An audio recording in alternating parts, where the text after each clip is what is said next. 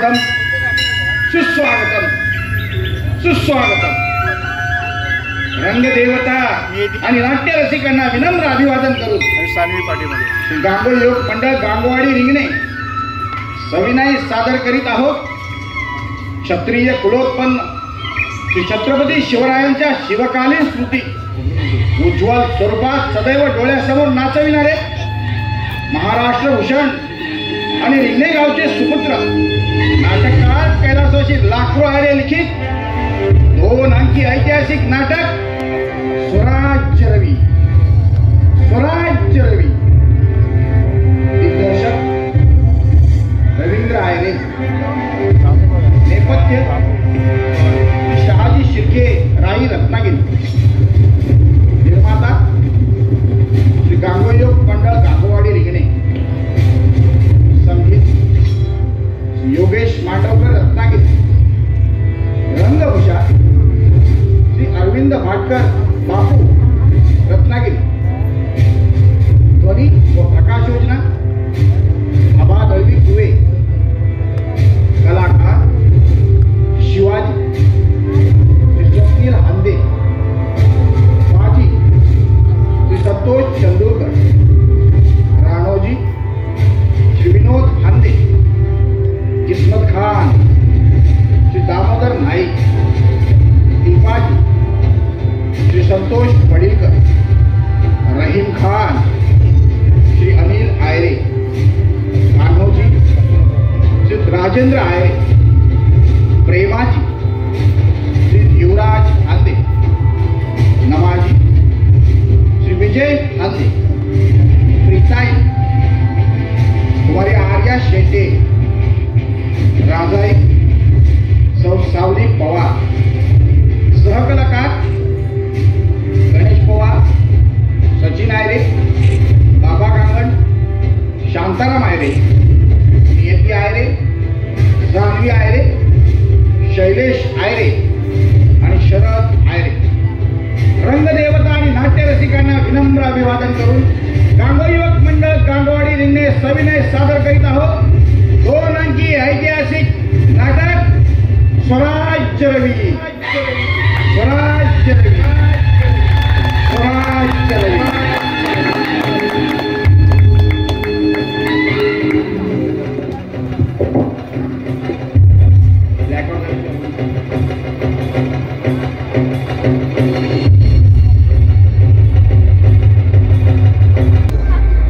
राणोजी रावांच्या मतीने देवाजीच्या मुला नतमस्त करा म्हणून शहाणे आम्हाला फरमावले. लेकिन राणोजीराव शिवाजीच्या बंदोबस्तात राहून पण कालच्या लढाईत शिवाजीच्या सैन्यानं आमचा पराभव केला. पराभव हा साहेब शुरांचा पराभव कधीही होत नसतो. हा आता एखाद दुसऱ्या मामुली लढाई त्या शिवाजीला त्या बंडखोर पोराला जय मिळाला असेलही म्हणून भिण्याचं किंवा मनाला लावून घेण्याचं कारण नाही.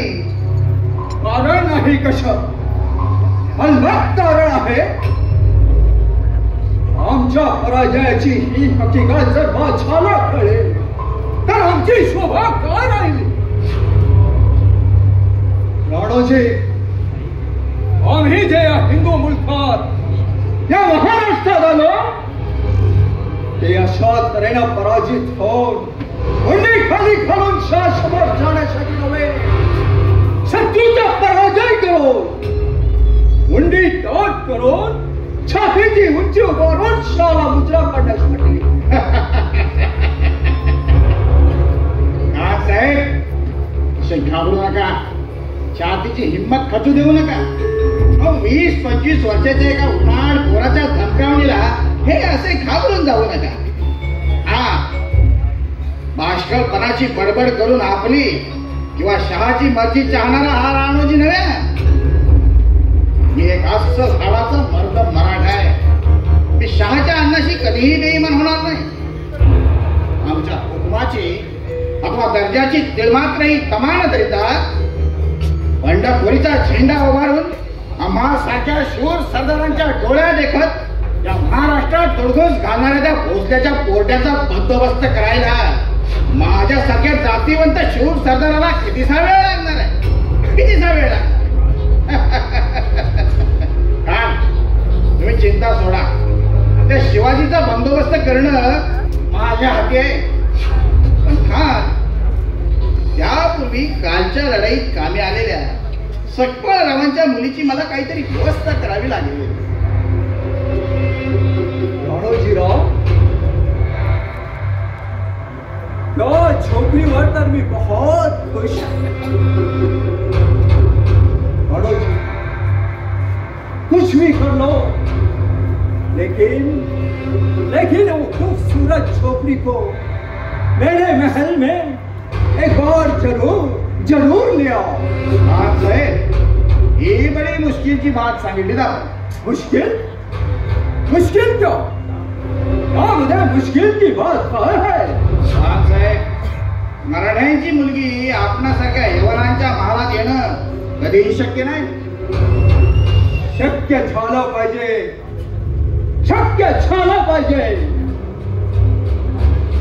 राजाच्या इच्छेबाहेर प्रजेच्या मर्जीची पर्वा कोण करतंय? आम्ही राज करते आहोत, ठेके आहोत. राजकांच्या स्त्रियांनी आमच्या गळ्यात माला घातल्याच पाहिजे. शिवाजी ने अपने छावनी पर हमला किया. छावनी पर हमला किया? फिर शिवाजी ने मैंने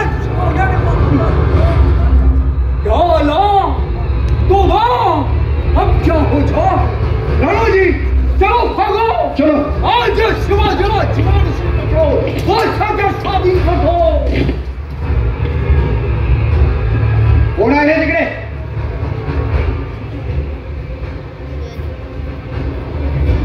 माझा घोडा मान घालून तयार ठेवायला सांग. जा.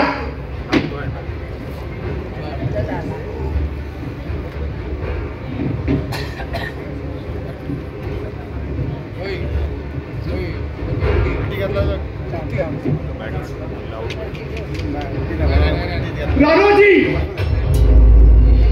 कुठं चालला? स्वकीयांविरुद्ध तलवार उचलायला, तुमच्या आया बहिणींची अब्रू लुटणाऱ्या त्या यवनांना सहाय्य करायला, तो ब्राह्मणांच्या मानेवर तुरी फिरवायला, सुजनांचे गळे कापून दुर्जनांना गादीवर बसवायला. कुठं चालला? त्या किस्मत खानाला मदत करायला? होय, किस्मत खानालाच मदत करायला. मी तुझ्यासारखा बेईमान नाही किंवा लुटारूही नाही. मी एक हाडाचा सच्चा मराठा आहे. मराठा मान्य आहे, पण मराठ्यांच्या घरादारावर आदिलशाही राजरोजपणे नांगर फिरवत असताना राणोजी, तुमच्या सारख्या मराठ्यांनी त्या आदिलशाहीला मदत करावी. राणोजी अंगार होतोय अंगाचा. यवनांची ही नीच कृत्य पाहून शर्मेने मान खाली जाऊन तिचा कटा मोडण्याऐवजी तुमच्यासारख्या मराठ्यांच्या माना अजूनही ताट कशा याचं आश्चर्य वाटतंय आम्हाला. राणोजी, आज हवालदिल झालेल्या ह्या महाराष्ट्राला तुमच्यासारख्या रणझुंजार मराठ्यांची गरज आहे. जो कोणी स्वराज्य स्थापनेसाठी सहकार्य करेल त्याला तुमच्या मदतीची गरज आहे. राणोजी, आदिलशाहीच्या गुलामगिरीत राहून सैन्यातील सरदारगी पत्करून दक्षिणेकडील एखादी जहागिरी मिळवण्यात सौख्य मानू नका. ती सरदारगी, ती जहागिरी तुम्हाला सौख्य लावू देणार नाही. त्या उलट त्या स्वतंत्र महाराष्ट्रासाठी जर सैन्यातील साधी शिपाईगिरी जरी पत्करली तर या अखंड महाराष्ट्राच्या आया बहिणी तुम्हाला धन्यवाद देतील. देव ब्राह्मण तुम्हाला आशीर्वाद देतील. शिवाजी, तू स्वतःला काय मोठा स्वराज्य संस्थापक समजतोस का? अरे तुझ्यासारख्या पोराला स्वराज्याची व्याख्या तरी कळते का? बड्या बाता झोपून स्वराज्य मिळत नसतं, समजलास? अरे केवढी मोठी आदिलशाही, केवढी मोठी कुतुबशाही आणि केवढी मोठी ती मोगलाई. या सर्वांच्या कचाट्यातून तू स्वराज्याची स्थापना करणार. खुळ्या तरुणा, तू आपला हा शहाणपणा आवर आणि मी सांगतो ना तसं कर. या स्वराज्याच्या खुळ्या कल्पना, हा खुळा नाच अजिबात सोडून दे. अरे का उगाच शहाजी राजांच्या नावाला काळीमा भासतो. हे बघ, त्याचं अन्न खावं, त्याच्याशी कधी बेईमान होऊ नये. आणि खऱ्या मराठ्याचं ते ब्रीद नव्हे. कोण बादशाहचं अन्न खातो? मी आणि तुमच्यासारखे नालायक लोकच बादशाहचं अन्न खात असतील. तुझे वडील बादशाहची नोकरी करतात, ते सुद्धा तुझ्या दृष्टीने नालायकच की. स्वराज्यासाठी खेळ मात्रही न झटता दुसऱ्याची गुलामगिरी पत्करून कुत्र्यासारखं जीवन कठणारा माणूस, मग तो कुणी असेल, त्याला मी नालायकच म्हणेन. राणोजी, गुलामगिरीची तूप पोळी खाण्यापेक्षा महाराष्ट्रात राहून स्वकष्टाची मीठभाकर खा, त्यात तुम्हाला अमृताची गोडी लावेल. राणोजी, तुमच्यासारख्या अनुभवी सरदारानं माझ्यासारख्या फोरकट बुद्धीला जर स्वराज्य स्थापनेसाठी जर सहकार्य केलं तर या महाराष्ट्राचा स्वराज्य रवी खात्रीनं उगवेल आणि आजचा हा काळो हाटेपूर्वीचा ठरेल. शिवाजी, राई कितीही मोठी झाली तर तिचा काही पर्वत होत नसतो. आणि त्याप्रमाणे तू किती जरी मोठमोठ्या घमेंडी मारलास तरी आदिलशाहीत काय, पण तिच्या एखाद्या मामुली सरदाराबरोबरही 2 हात करण्याची तुझ्या अंगी हिंमत नाही. तशी हिंमत आमच्या अंगात नसेलही, पण ती तुमच्यासारख्याने आणून द्यायला नको का? आणि तुझ्यासारख्या नादान पोराच्या नादी लागून आम्ही काय आमचा सत्यानाश करून घ्यायचा का रे? जगदंब जगदंब जगदंब. अरे रे राणूजी, आमच्या अंतःकरणाची तळमळ तुम्हाला नाही उमगली, त्या महाराष्ट्राचा हंबरडा तुमच्या ध्यानी नाही आला. अरे मराठे, जर बादशाच्या दारी कुत्र्यासारखे लाभ होतच राहिले तर या महाराष्ट्राचं रक्षण कोण करेल? यवनांच्या कचाट्यात सापडलेल्या या महाराष्ट्राचा हंबरडा राणोजी तुम्हाला ऐकू येत नाही का?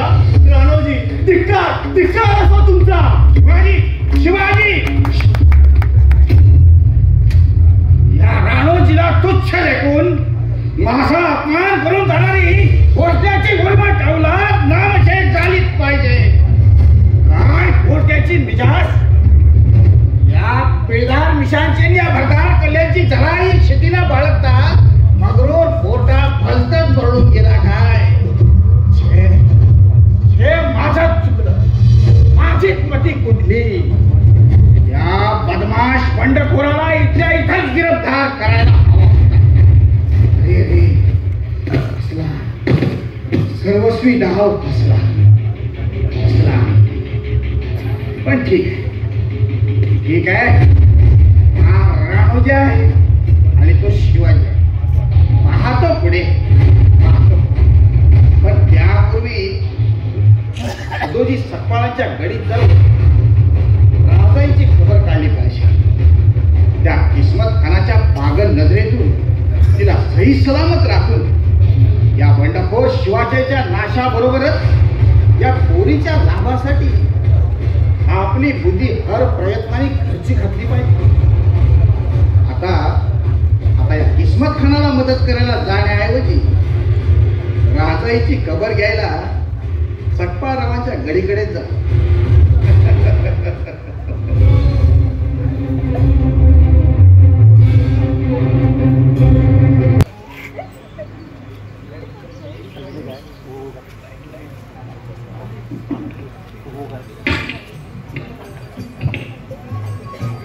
अहो, त्याचं काय झालं?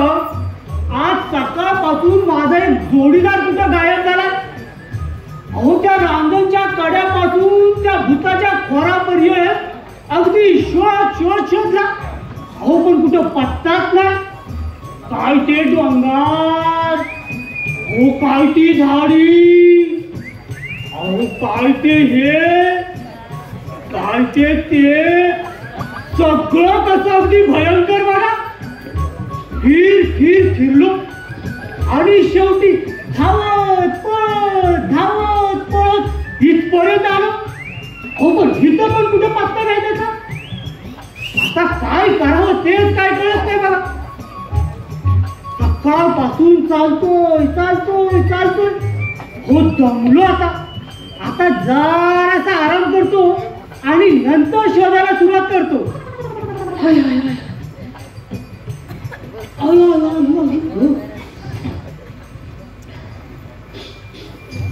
पाय दुखायला लागले तर काय करतो, जरा टाइमपास करतो आणि मग त्याच्याकडे जातो.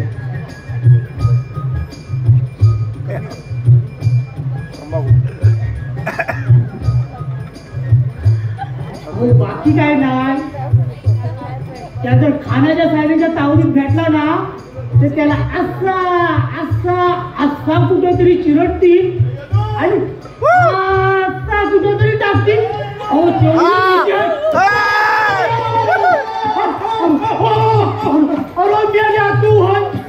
अरे मला वाटलं खाण्याच्या सायल्यानं माझ्यावर हल्ला केला की अरे बाबा उठ बाबा, कुठे होता सकाळपासून? अरे तुला शोधून शोधून माझं पाय दुखायला लागलं रे बाबा. कुठे होतास रे? काय शिलेदार, बरेच चकवता लोकांना. काय हो, अशी ताप टोकून तोंडाची वाफ घालायला कधीपासून शिकला? थांब कोणी मागे, मी का तू मला सांगितलं मी त्या देवडी दरवाजाजवळ उभा राहतो म्हणून. तू महाराजांचा लपटा देऊन त्या देवडी दरवाजा ये. अरे त्याप्रमाणे मी केव्हापासून तुझी तिथं वाट पाहतोय, पण तुझा कुठं पत्ताच नाही. आणि वर कोणती मला विचारतोस रे? अरे काय हा या इकडच्या चोर वाटेने कुठून आलास रे? अरे त्याचं असं झालं कसं झालं? अरे महासाहेबांच्या कामासाठी मला तातडीनं त्या बाजूला जावं लागलं. म्हणजे महासाहेबांच्या कामगिरीवर आज प्रीताई नाही वाटत? अरे प्रीताई आहे रे, पण मी आपला समजलं तिच्या मागून गेलाच वाटत. छे. अरे हो, बरी आठवण झाली. त्याचं असं झालं त्याचं तुला सांगायचं राहिलं.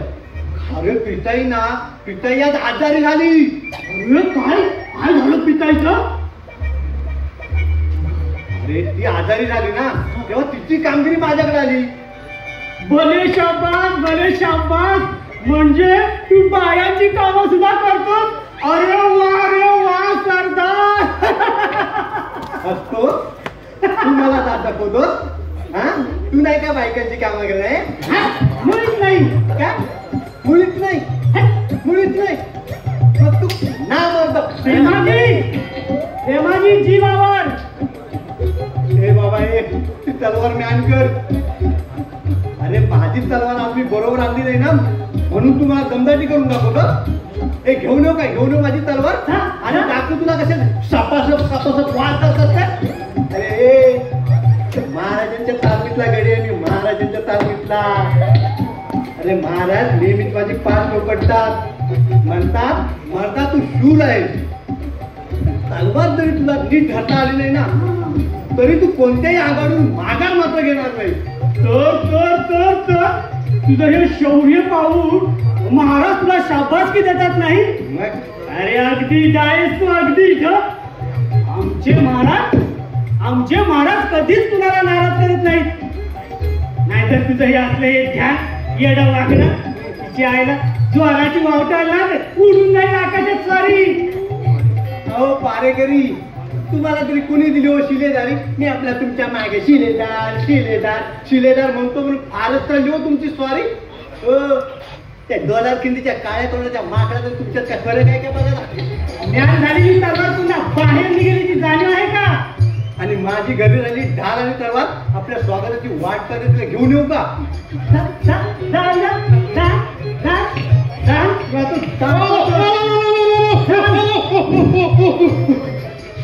अरे सोड मान सोड. अरे लेका जाईल ना माझा प्राण. अरे कर ती तलवार आधी म्या. अरे करत कर रे म्यान. अरे तुला प्रीताईची आण. अरे कर रे तलवार म्यान. आता काही नाही. आता मी तुला प्राण घेतो. अगं प्रीताई, तू तरी धाव ग माझी प्रीताई.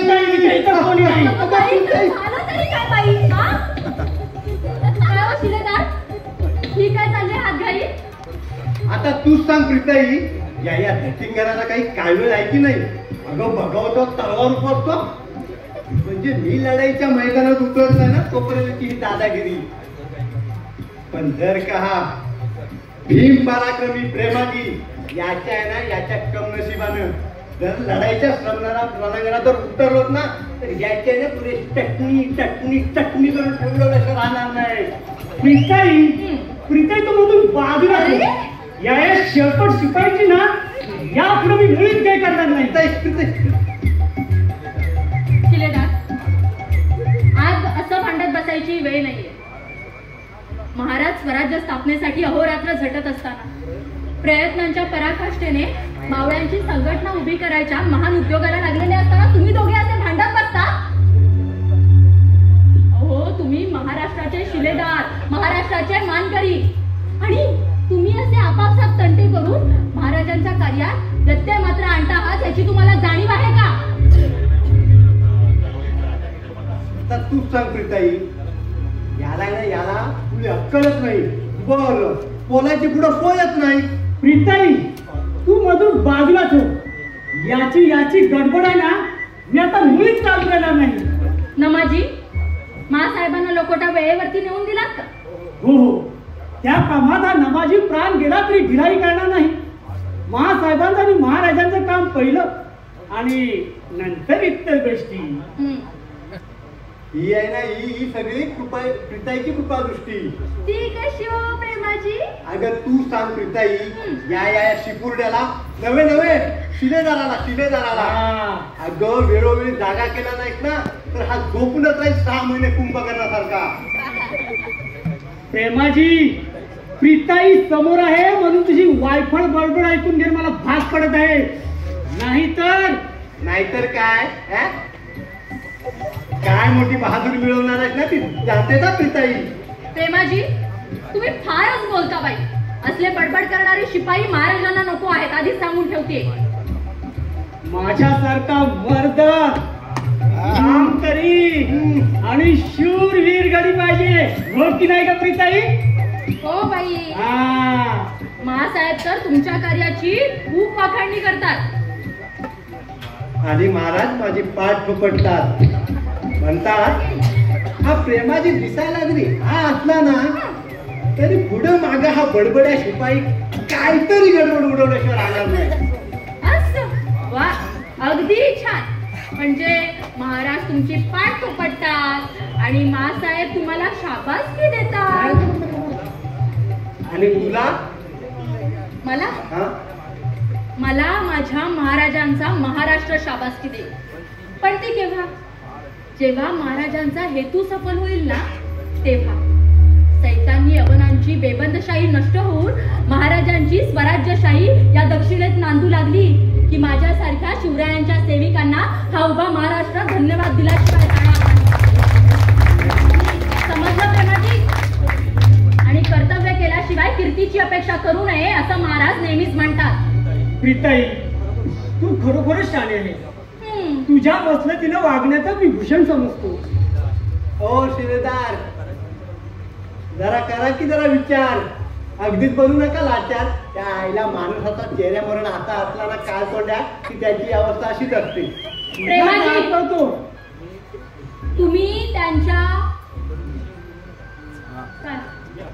तुम्ही तुमच्या सौंदर्याची शेकी मिळवू नका, त्यांच्या म्हणते मी. आणि नमाजींच्या या राखटपणाला हसू नका हो. आणि अशा उखाळ्या काढून तुम्ही दोघं जण हे रस्त्यावरती असे भांडत बसताय. चला उद्योगाला लागा. त्या किस्मत खानाचं सैन्य महाराष्ट्रात वास्तव्याला असताना तुम्ही महाराष्ट्राचे मानकरी असे रस्त्यात भांडत बसलाय. हे चांगलं वाटतं का?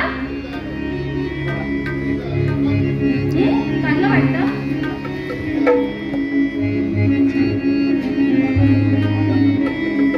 तोंडाची बडबड नको ग बाई, तोंडाची बडबड नको अशी.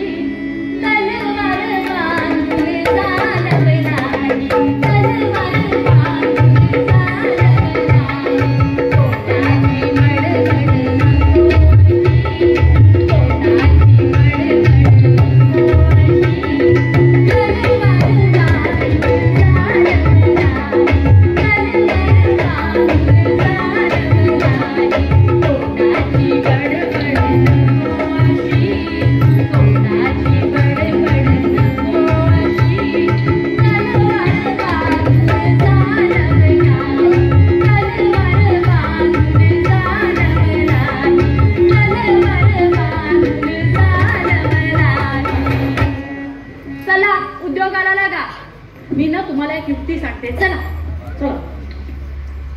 आता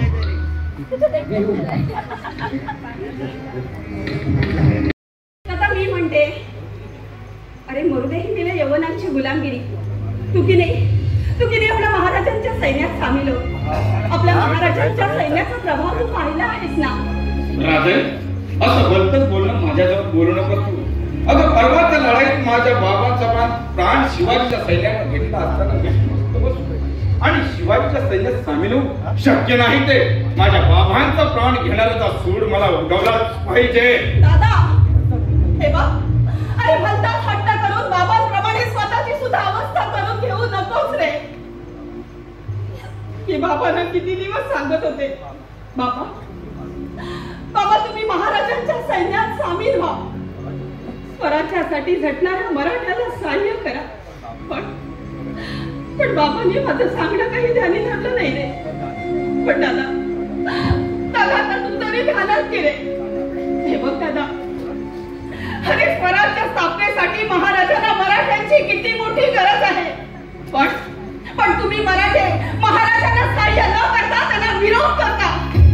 मग महाराजांनी त्यांच्यावर तलवार का चालू नये. अरे आपले बाबा जर का महाराजांना जाऊन मिळाले असते ना, तर त्यांच्यावर असा प्राण गमावण्याचा प्रसंग कधीच आला नसता रे. म्हणजे शिवाजीचे लोक लढाईत मरतच नाही असं तुला वाटतं की काय? अगं कालच्या लढाईत तर माझ्या एकट्याच्या तलवारीने शिवाजीचे कित्येक सैनिक बळी पडले. बाई अरे काय ही बहादुरी दादा. अरे स्वजनांवर तलवार उपसताना तुम्हाला काहीच कसं वाटत नाही रे. अगं लढाई म्हटली की तिथे सोकी आणि परकीय ओळखायचे नसतात. पुढे त्याचे एक घाव दोन तुकडे बस. हाच खरा शिपाई माना. अरे पण यौवनांचं दास्यत्व पत्करून आपल्याच माणसांचे तुकडे करण्यात कसला आलाय रे शूरपणा. राजाई, या तुझ्या उद्देशाच्या गोष्टी आता मला ऐकायच्या नाही. आणि तुझं हे राजद्रोही बोलणं जर राणोजी रावानी ऐकलं तर तुझी आणि माझी फजिती करेल तो वेळ सरदार. अगं पटके मारेल आपल्या पाठीवर. माहीत आहे तुला? म्हणूनच म्हणते मी दादा, आपण या राणोजीची नोकरी सोडून ना महाराजांकडे जाऊया आणि या गुलामगिरीतून मुक्त होऊया रे. तसं केलं तर राणोजी रावांशी बेईमानी केल्यासारखं होईल. अरे पण त्यात कसली आहे रे बेईमानी दादा. माझ्या दादाला इतकं सुद्धा कळू नये का. भारीच नवल ग बाई. दादा तू अगदीच कसारी शिपाई गडी. तुला ना मुळी मुत्सदी डोकंच नाहीये. हे राजे, तू आता बोलू लागलीस. हे पा, मी सांगितलं नाही का आपल्याला शत्रूची संगत नकोय म्हणून. आणि मी तर तेच म्हणते ना, शिवाजी महाराज आपले मित्र आहेत, आपले पालन करते आहेत आणि या महाराष्ट्राचे ते राजे आहेत. अरे ते आपले शत्रू कसे बरे होतील. मग त्यांनी आपल्या सैन्यात घडून माझ्या बाबांना ठार कसं मारवलं. लढाई आहे ती देशभक्ती यांना ओळखायचं नसतं असं तूच तर म्हणालास ना. अरे म्हणालो खरं, आणि खरंच आहे ते. दादा आता खरं सांगू का मी तुला, महाराज आपले शत्रू नसून राणोजी रावच आपले शत्रू आहेत ना असं वाटू लागलंय मला. म्हणजे कशावरून म्हणतेस तू? कारण आपल्या बाबांना म्हणून ना अवघे 4 दिवस सुद्धा झाले नसतील रे. एवढ्या अवधीत राणोजी राव आपल्या गडीत 4 वेळा येऊन गेले आणि ते सुद्धा तुला कुठल्या तरी कामगिरीवर पाठवून. मी घरात एकटीच आहे अशी संधी साधून तर ते नेहमीच येत असतात. माझ्याशी अघळ बघळ बोलतात. पण मी त्यांना काहीच उत्तर देत नाही असं पाहून ना मनातल्या मनात संतापून गडीच्या बाहेर निघून जातात. दादा मी तुला लक्षून सांगते, राणोजी रावांचं लक्षण मला काही ठीक दिसत नाही रे. आणि ते कोणत्या वेळी आपल्यावर संकट आणतील याचा सुद्धा काही नेम नाहीये. म्हणून म्हणते दादा, या दृष्ट लोकांच्या कचाट्यातून आपण बाहेर पडूया. राजाई, अगं राणोजी राव माझे धनी आहे. त्यांचे इमाने बरे नोकरी करणारा मी त्यांचा नोकर आहे. माझ्यासारख्या एकनिष्ठ लोकांवरती राणोजीराव काही कारण नसताना एखाद्या प्रकारचं संकट आणतील असं मुळीच संभवत नाही. दादा, खरे चारित्र्यहीन आणि स्वार्थी माणसाला ना भल्या बुऱ्याची किंमत नसते, अपकार उपकारांची जाणीव नसते किंवा नीती सुद्धा नसते. अरे स्वतःची ही लालसा तृप्ती पूर्ण करण्यासाठी ते वाटते तो नीच मार्ग पत्करतात रे. पण राणोजीचं कुठलंही गैरवर्तन माझ्या नजरेत आल्याशिवाय मी आजच तुझ्या सांगण्यावर विश्वास कसा ठेवू? त्यांचं कोणतंही कृत्य माझ्या नजरेसमोर आल्याशिवाय मी या बाबतीत काहीही बोलू शकणार नाही. शिवाय तुझ्यासारख्या मराठ्याच्या मुलीला अगं येईल त्या प्रसंगाला दूर द्यायला तयार असायला हवं. ते खरंय सगळं, पण नदी अलीकडेच वाहना काढलेल्या बऱ्या नाहीत का रे? आणि नागाच्या बिळात वास्तव्य करणाऱ्या उंदराला तो जिवंत तरी सोडील का? राजाई, अगं तू घाबरतेस कशाला? अचानक एखादा प्रसंग येऊ नये तो आला तर त्याला तोंड द्यायला हा तुझा दादा समर्थ आहे. अस्सल मराठ्याचा मर्दानी हाड आहे. अगं तुझ्याकडे वाकड्या नजरेने पाहणाऱ्याची मान थडावेगळी केली जाईल.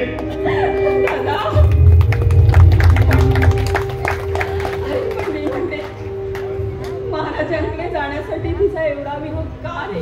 राजाई, अगं ज्याची खावी भाकरी त्याची करावी चाकरी हा आपला मराठवाडा आहे. आणि राणोजी रावांच्या चाकरीत राहून आपले दिवस चांगले जात आहेत. मग झालं तर उगाच कशाला करा धडपड? शिवाय तुझ्या त्या महाराजांना बादशाचे लोक लुटावे म्हणतात. आमचे किस्मत खान त्यांना लाखो शिव्या मोजतात. किस्मत खानासारख्या आणि दुसरे खानासारख्या कट्या मुसलमानांनी या शिवाजीला लाखोने शिव्या वाढल्या त्याला मुळीच परवा नाही. पण शिवाजी, तुझ्यासारख्या मराठ्याच्या मर्दानं सुद्धा या शिवाजीला बंडखोर आणि लुटारू म्हणावं ही मात्र दुर्दैवाची गोष्ट आहे. परवाच्या लढाईत माझ्या हात सदोजी सकपाळ नावाचा राणोजी शिपाई मारला गेला. त्याचाच हा मुलगा दिपाजी आणि ही मुलगी राजाई. माझ्या बाबांचा प्राण घेणारा हैवान माझ्या समोर वाय. माझ्या बाबांचा प्राण घेणारा निर्दया तू जर खरा मराठा असेल, खरा मर्द असेल तर यावेळी माझ्याशी दोन हात करायला तयार हो. माझ्या बाबांचा प्राण घेणारा तर सूड मला घेऊ दे. समोर माझी तलवार नाही. या तरुण मराठ्याचा आवेश पाहून मनाला फार समाधान. माझ्या या महाराष्ट्रात असे शूरगडी असताना महाराष्ट्राचा स्वराज्याचा पाया मजबूत करायला आम्हाला किती वेळ लागणार आहे? दीपाजी, तू परक्याची गुलामगिरी सोडून आमच्या स्वतंत्र सैन्यात येतोस का? दादा, दादा हो म्हणणार आहे. अरे अरे प्रत्यक्ष महाराज सांगत असताना तुला हो कसं म्हणत नाही रे? चूप राहतो. बोलू दे त्या मुलीला. दीपाजी, माझ्या या महाराष्ट्रात माझ्या हजारो भगिनी आज स्वराज्य स्थापनेसाठी जागृत झालेल्या आहेत. दीपाजी, सर्व महाराज तिलांजली देऊ. महाराज सांगतील ते करायची. महाराष्ट्रातील हजारो मराठ्यांच्या तयारी आहे. तुझ्या माझ्यासारखे मराठे करून महाराजांना सहाय्य करायला तयार झाले तर हा म्हणता हा महाराष्ट्र स्वतंत्र होईल. आणि आपल्या आया बहिणी अनुदान साऱ्या महाराष्ट्रातील मराठा सुटक्याचा विश्वास पडेल. खरं आहे माझ्या बाजीचं म्हणणं. दीपाजी, तुझ्यासारखे जर शूर मराठे मला लाभले तर आदिलशाहीकडनं असे शेकडो किस्मत खाने हो त्यांना हा शिवाजी मुळीच भीक घालणार नाही. अरे इतकंच काय तर कुतुबशाही, मोगलाई आणि आदिलशाही जरी एकत्रितपणे ह्या शिवाजीवर तुटून पडली तरी हा शिवाजी मुळीच डगमगणार नाही. महाराष्ट्राच्या राजा आई भवानी तुझं रक्षण करो. दादा, दादा रे महाराजांना होकार देणार रे. दीपाजी, महाराजांच्या सैन्यात दाखल झाला तर तुझी हुशारी पाहून महाराष्ट्राला मानाची जागा दिली. ह्या महाराष्ट्राचा तुला शिलेदार बनवते. अहो, आम्हाला सांगण्या अगोदर तुम्हीच म्हणा की शिलेदार. माझा बाजी माझा शिलेदारच आहे. दीपाजी, प्रसन्न सांगितलं. पाव्यांच्या शिलेदाराच्या रोमारोमात स्वतंत्र पाण्याचं रक्त सरसरत आहे. तुझ्या सारखा मर्द गुलाबी किचत पडलेला पाहिला की अंगाच्या रक्ताचा कसा अगदी भडावणी होतो. स्वराज्याचा सूर्य उगवण्याची वेळ झाली असता तुझ्या सारख्या महाराष्ट्रातल्या मराठ्यांनी तिकडे डोळे झाक करा. पारतंत्र्याच्या शिंगला तळातळ तोडून स्वतंत्राच्या संग्रामात उडी घेण्यासाठी तुझ्यासारख्या तरुण पुढे आले नाही तर सगळ्यांच्या वर्षाचा खाली महाराष्ट्र कधीही मुक्त होणं शक्य नाही. माझ्या बाजीचे बोल आहे. तुझ्या अंगात जर मराठ्याचं रक्त सळसळत असेल, या महाराष्ट्राच्या मांडीवर जर तू लहानाचा मोठा झाला असेल तर या महाराष्ट्राशी तुला कदापि बेईमान होता येणार नाही. अरे जन्मदात्या आईला विसरेल तो माणूसच नव्हे. महाराज, तुमचे बोल किती कर्तव्यनिष्ठ हृदय राहत असले तरी मला माझ्या स्वकर्तव्यापासून दूर होता येत नाही. माझा नाईलाज आहे महाराज, मला क्षमा करा. दादा दादा थांब ना दादा. जगदंब जगदंब जगदंब. अरे आमच्या बोलण्याचा आमच्या तरुणांच्या मनावर काहीच का परिणाम होत नाही. महाराजांची निराशेची उद्गार काढू नका. विजय सारखी तलवार चालून गेला, निधड्याच्या तिने हिंदुस्थान हलवून गेला, वाघ नक्याने अफजल खानाचा कोगळा पाडून गेला, स्वर्गात गेल्यानंतर देवाने जिथे वाकून नमस्कार केला असा माझा एक शुभ होऊन गेला. असा माझा एक शुभ होऊन गेला.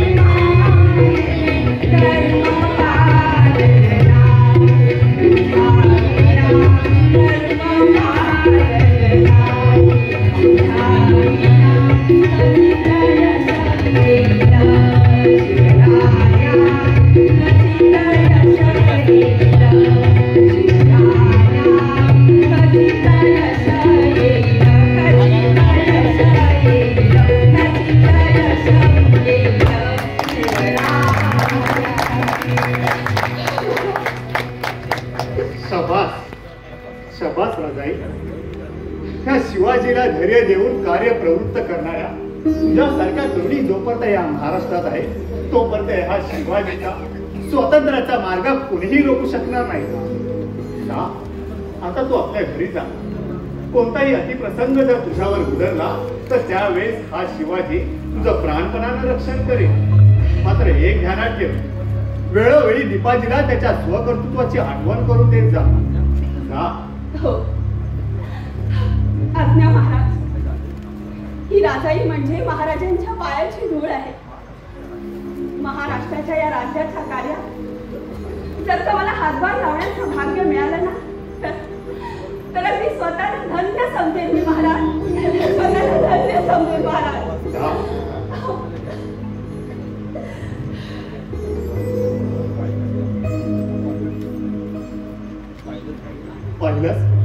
पहिलंच बाजी, माझ्या या महाराष्ट्रात अशी निष्ठावंत रत्न आहे म्हणून हा शिवाजी आत्मविश्वासाच्या धैर्य निर्वर हिमतीनं उभा आहे.